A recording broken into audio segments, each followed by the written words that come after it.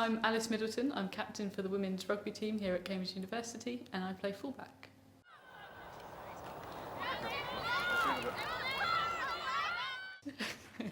Actually, it's all about the person who gave me the ball and the timing of that pass. Yes, I had to make the run and I had to run past the other players, but it all started way before I got the ball.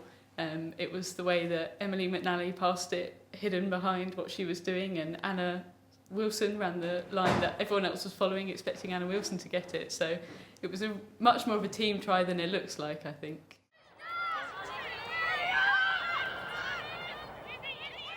We didn't. I think we were confident going into it, but you never know what the other players are going to bring to the match. And it was such a special occasion. It was a big deal playing at Twickenham, and you don't know how either team are going to cope with that. There was loads of factors that could have affected how the game went. Fortunately, they all went our way, and we got a really good result out of it. But I don't think we could have dreamt for that scoreline.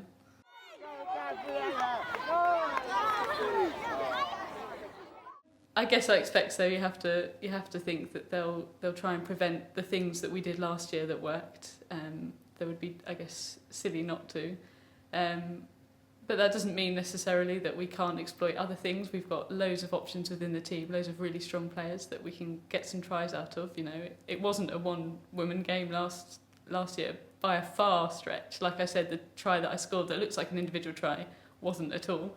Couldn't have done it without the other girls. So they man-mark me, it doesn't matter. There's 14 other girls on the pitch, and we'll all do well.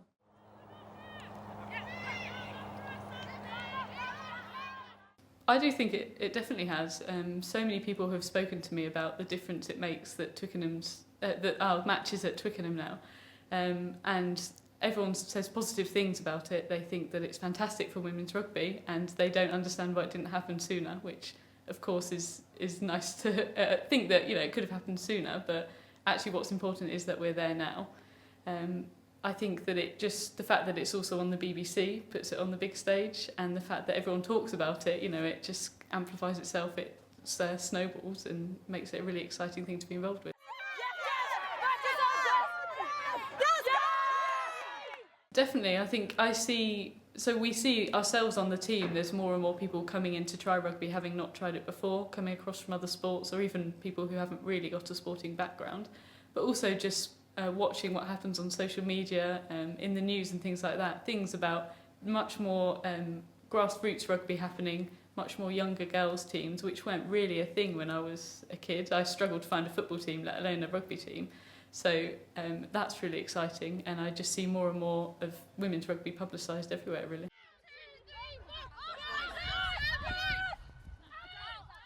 It's intimidating starting anything new, and of course there's things about women's rugby that might be even more intimidating. But I would just encourage them to try and put that aside, talk to people who are involved, because everyone will be positive about it. Everyone will say, do you know what? You might be worried when you first start, but these are the reasons why. You don't need to worry about those things, and you know, hopefully they'll just allay their worries and get them involved.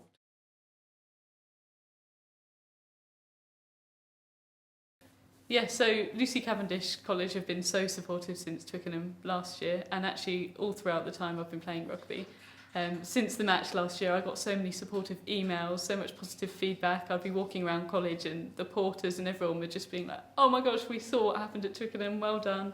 And this year there's people coming down from Lucy Cavendish. They've all been tweeting and just drumming up excitement about the match, so it's been fantastic.